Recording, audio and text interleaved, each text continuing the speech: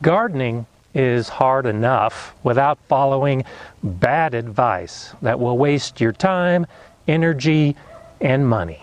So join me as I discuss 8 gardening tips that you can ignore.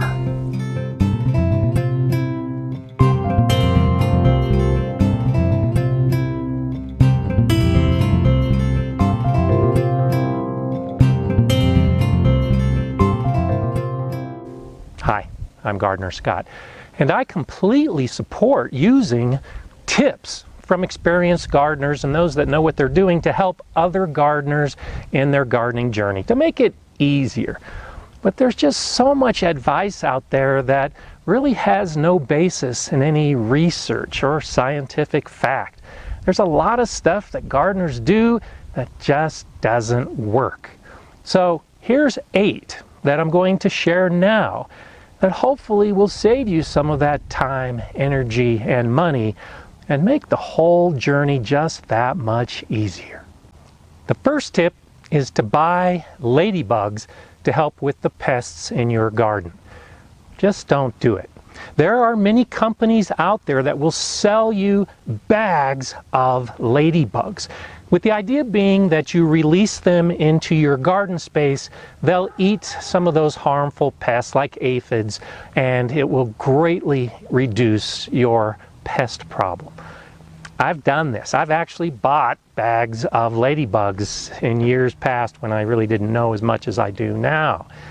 This is a brand new garden space. I've only had it for a few months. It's continuing to grow, and I'll be building it for months to come. All of the plants that I'm growing in this space will be brand new. They'll be fresh, green growth, ideal food for aphids and many other pests. So I could be tempted to buy some ladybugs to help me out. But the ladybugs that you're going to buy, most of them are harvested from wild populations. And wild ladybugs have a particular home that they're going to return to. There's a children's rhyme that begins, "Ladybug, ladybug, fly away home." Well, that's exactly what happens when you buy a bag of ladybugs and release them in your garden. Those wild populations are looking for their home. So as soon as you release them, they're flying away. Now, you can mitigate that to some degree. You can water your garden before releasing them because they're usually dehydrated and they need some water. But then they'll fly away. If you've got pests, they might eat some of them, but adult ladybugs are probably more interested in eating pollen than in eating an aphid. So you've bought these ladybugs, they're flying away home, and you've wasted your money, if pest control is the reason you're doing it.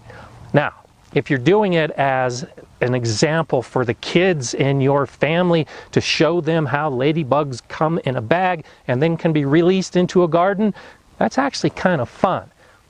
But it's not a great tip to follow as far as pest control is concerned. The second tip is to add sand if you have a clay soil. The idea being that a sandy soil drains pretty well, while a clay soil holds on to the water. So if you add some sand to your clay, the reasoning goes that you're improving the drainage of the clay soil, and that should benefit plants. Do you know how concrete is made? There is a chemical process that binds everything together, but it's a lot of sand added to small particles. If you have a clay soil and you add some sand, chances are you're turning your soil into concrete.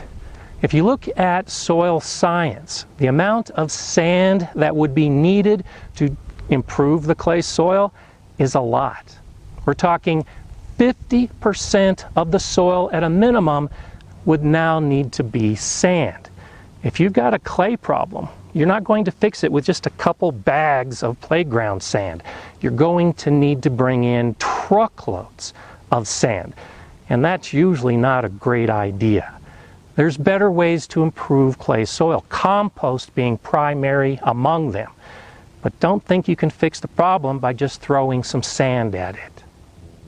The third tip says don't water your plants during the day, particularly overhead watering, because if you're watering during the day, all those water droplets fall on the leaves, and then they magnify the sun's rays and they'll burn your plants. Well, that's just not true. Sure, each of those droplets is convex, like a magnifying glass. So it does kind of make sense that they would magnify the sun's rays. But it's water. It's also cooling the leaf at each of those spots that might be magnified and heated by the sun. If this really was accurate, think about how devastating a rainfall would be during the day.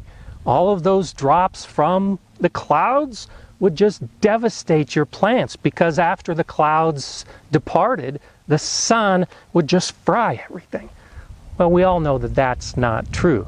So you don't have to worry about overhead watering during the day, especially if your plants need the water. It's better to water at any time of the day to benefit your plants. And you surely don't need to worry about the drops burning the leaves. The fourth tip says to add compost to the hole when you're planting a tree, like this bare root tree. The idea being that you want to create a nice, healthy, rich environment for those roots to grow. But there's a big problem with that, and I discuss it more in this video about planting bare root trees. The problem is that as the roots begin to grow, they'll do fine in that enriched hole. But when they get to the native soil around the hole, it's not going to be such good soil in most cases. So the roots will seek out the compost again, because that's where the nutrients are. And you end up with a lot of roots in that hole circling around because they don't want to venture out into the native soil. Eventually, the tree's going to suffer. It's not going to have a good root structure. So what you should be doing is not adding compost, is just planting the tree in the native soil, so that as those roots begin to grow, they're growing in the same conditions where the long roots will eventually go. The fifth tip sounds a bit like a corporate conspiracy, because the seed companies tell us to plant in rows. For example, this spinach tells me that I should thin the plants out to 6 inches apart. Makes perfect sense. That's how much room spinach takes. But then it tells me that each row should be between 1.5 and 2 feet apart. Well, there's a lot of empty space in between. If I followed the seed packet's advice, I would have a spinach plant here, another spinach plant about 6 inches, another spinach plant about 6 inches, and all the way down the row. And then the next row would actually be spaced over here with 6 inches between plants. But I've got 2 extra rows that I can fit in this space.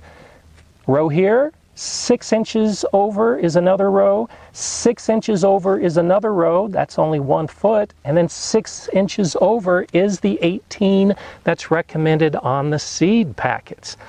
I like to grow as many plants as I can in my garden beds. Now, when you plant this way, by taking advantage of that unused space in between, it's called block planting. And eventually, all of your plants will be 6 inches apart, just as they were in a row, but now they're 6 inches apart in a block. And there are a lot of gardening methods out there and other tips that follow this block planting idea. One of the most famous is square foot gardening, which breaks it down into individual square feet, and you put the plants within that square foot to maximize how they grow, because spinach only needs to be 6 inches apart. It doesn't need to be 2 feet apart. The sixth tip says not to plant pumpkin and squash and similar plants together, because they'll cross-pollinate and contaminate the fruit. So if you're growing zucchini and right next to it you're growing pumpkins, the flowers will be cross-pollinated, and your pumpkin won't taste like pumpkin and your zucchini won't taste like zucchini. But that's completely false. Sure, there will be cross-pollination in species, and that's what creates the seeds for the next generation. So if you have two different types of squashes or gourds or melons that cross-pollinate, it will not affect that year's growth. It won't affect the taste of those fruits.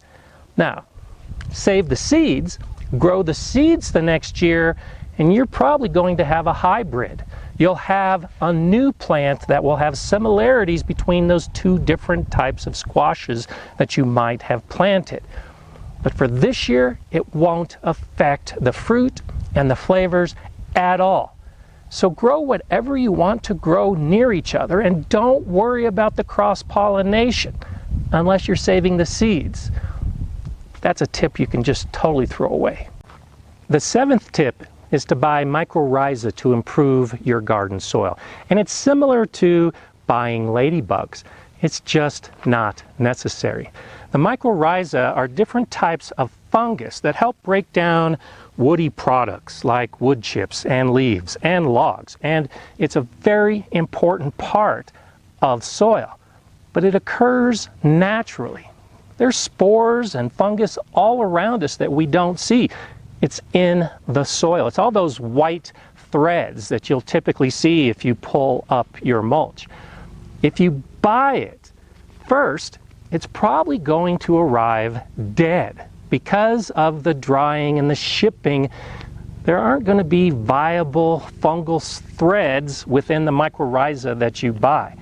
And secondly, it's not native to your area, and it may potentially damage your soil and compete with some of the beneficial mycorrhiza that is already in existence.